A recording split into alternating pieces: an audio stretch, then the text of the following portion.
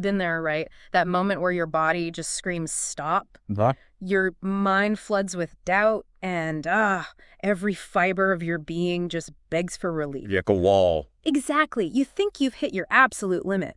Well, listen up. Because what if that so-called limit is just, well, frankly, a goddamn illusion? Mm. What if you've barely scratched the surface of what you're truly capable of enduring and achieving? Well, that's not just wishful thinking, is it? We're diving headfirst into the brutal, no-nonsense world of David Goggins. Oh, yeah. Can't hurt me. His book, Can't Hurt Me. And look, this isn't about positive affirmations or, feel-good mantras. No coddling here. Not at all. This is about stripping away the bullshit excuses we tell ourselves and confronting the raw truth of our untapped potential. So the mission for this deep dive? It's to extract those core principles. Unbreakable mental toughness. The kind that's forged, really, in the fires of adversity. Exactly.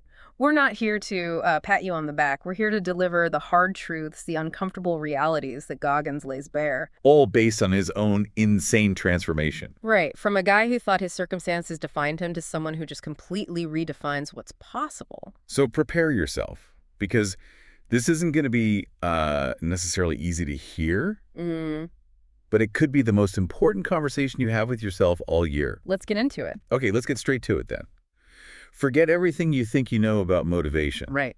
Goggins doesn't pull any punches here. He states it flat out. Motivation changes exactly nobody.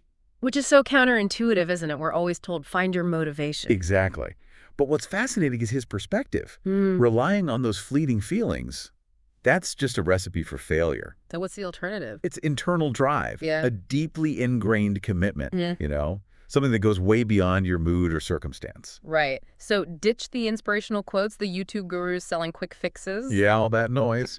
Goggins argues that lasting change, the kind that actually sticks, it comes from digging deep within yourself, confronting your deepest insecurities, and deciding, like with every ounce of your being, that you're done being a victim of your own limitations. As he puts it, owning your life, even the shitty parts. That's step one. Own it all. And this leads to a concept that, well, it might sound a bit nuts at first. Embracing suffering. Yeah, that sounds hardcore. It is. But what's insightful here is Goggins' deliberate choice to seek out pain, to fall in love with suffering. But why? Not for pleasure, surely. No, not for some twisted pleasure.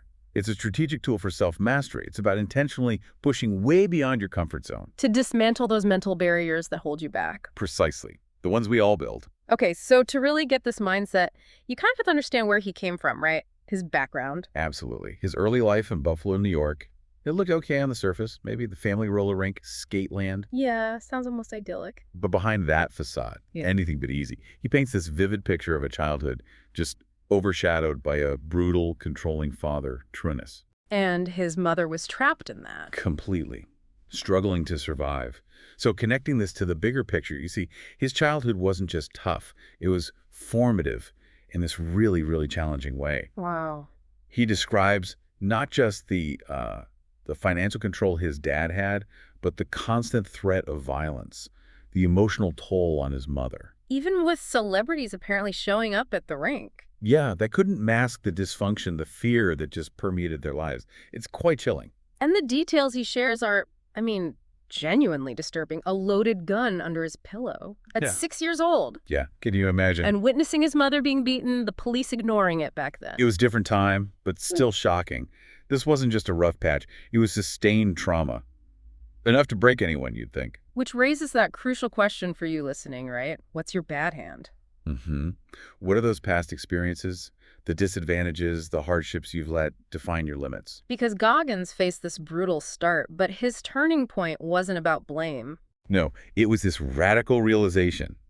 His circumstances, however unfair, totally unfair, they were his responsibility to overcome. His alone. And that's where his first challenge to you comes in. He doesn't let you off the hook at all. Nope. Get brutally honest, write it all down. Every insecurity, every excuse, every reason you've told yourself you can't do more. Yeah, he even uses those hashtags, right? Hashtag bad hand, hashtag can't hurt me. As a way to just own it. Publicly acknowledge those self-imposed limits and start taking responsibility. And building right on that unflinching self-awareness, is this practice of the accountability mirror. Tell us about that. It sounds intense. It is.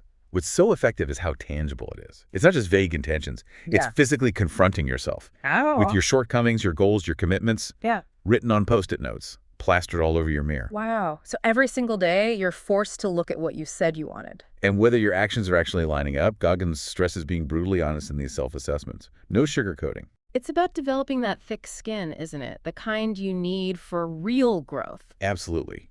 And this constant self-confrontation, that's key to what he calls callousing the mind. Oh, okay. Explain that. Like calluses on your hands. Exactly like that. Just as your hands toughen up through physical labor, your mind gets tougher through repeated exposure to hardship, by overcoming adversity again and again. He draws a really clear line here, doesn't he, between being a victim and being a warrior. He does. You can choose to become a victim of your circumstances, let negativity fester, make excuses. Which leads to resentment, maybe bitterness. Right. Or you can actively face those challenges head on, learn from them, and use them to forge this unshakable mental fortitude. And Goggins made that conscious decision to rewire his brain. Yeah, not just to tolerate discomfort, but to actively seek it out as a pathway to growth. Brainwashing himself, as he puts it. Which brings us to maybe his most famous concept, the 40% rule. Ah, yes, the 40% rule. What's so powerful about this idea is its simplicity, but also how much it challenges our perceived limits. So the idea is, when your mind tells you you're done, You're toast. You can't go another step. Goggins argues you've likely only accessed about 40% of your actual capacity. only 40%. That's staggering. It is. Think about the last time you wanted to quit something hard. That overwhelming urge to stop. Yeah, we've all felt that. According to Goggins, that's just your mind trying to protect you, doing its job, but often prematurely. Pushing past that feeling, digging into that remaining 60%. That's where the real growth happens, where you find out what you're really made of. Exactly. Yeah. And to illustrate these principles, Goggins shares these intensely personal, often just grueling examples from his own life. Like learning to swim. Yeah, take his initial inability to swim. He needed to be a strong swimmer for Air Force pararescue, right? Mm-hmm. But he admits at 19, he couldn't even swim basic freestyle. Terrified of the water. So what did he do? Just give up on that dream? No way. He bought Swimming for Dummies. Seriously. Studied it relentlessly. Forced himself into the pool. Battled that terror, stroke after painful stroke. That's a perfect example of callousing the mind, isn't it? Just facing a weakness head on like that. Absolutely. And then there's his almost unbelievable journey to becoming a Navy SEAL. This story is legendary. It really is. After leaving the Air Force, he'd gained a ton of weight. Nearly 300 pounds. And to even get a shot at Booty S, the SEAL training. He had to lose 106 pounds in under 3 months. Wait, under 3 months? Oh. While also studying for the ASVAB, that entrance exam? Yep. Simultaneously. The sheer audacity of that goal is just mind-blowing. He was working a tough job at night, studying constantly. And running in those heavy SEAL boots. Yeah, the Bates lights. In the middle of winter, this wasn't about baby steps. It was an all-out war against his own limits, physical and mental. Incredible. And then Hell Week itself. Ah, Hell Week. That infamous 130-hour gauntlet. Pure physical and mental torture during SEAL training. What's the key takeaway from that experience for him? Well, what's revealing is the profound shift in perspective it forces. And he didn't just do it once. He got rolled back. Had to do it multiple times. Yeah, due to injuries. But the point is, after surviving something that brutal, discomfort just loses its power over you. It changes your relationship with pain. He talks about specific moments too, right? Like the underwater knot tying. Yeah, that exercise. Initially, he was terrified of being submerged. He had to fight that inner demon, that voice of fear and doubt he calls Psycho Pete. To complete the drill. Exactly. It was a clear testament to his growing mental resilience. Facing the fear, doing it anyway. And it didn't stop after the military, did it? His ultramarathon stories are just as intense. Oh, yeah. Moving beyond his SEAL career, that spur-of-the-moment decision to run the San Diego one-day ultramarathon, 100 miles. With no training. Zero training. Yeah. Just to qualify for the Badwater 135 is another insane example of just obliterating perceived boundaries. Can you imagine the physical agony, the chafing, bleeding feet, muscles just seizing up? Unimaginable for most. But for him, it wasn't just about enduring physical pain. He tapped into something deeper. His what? Exactly. A commitment to honor fallen comrades. This is where his cookie jar concept really comes into play. Explain the cookie jar. It's like a mental stash of past victories. Times you overcame, times you pushed through, no matter how small.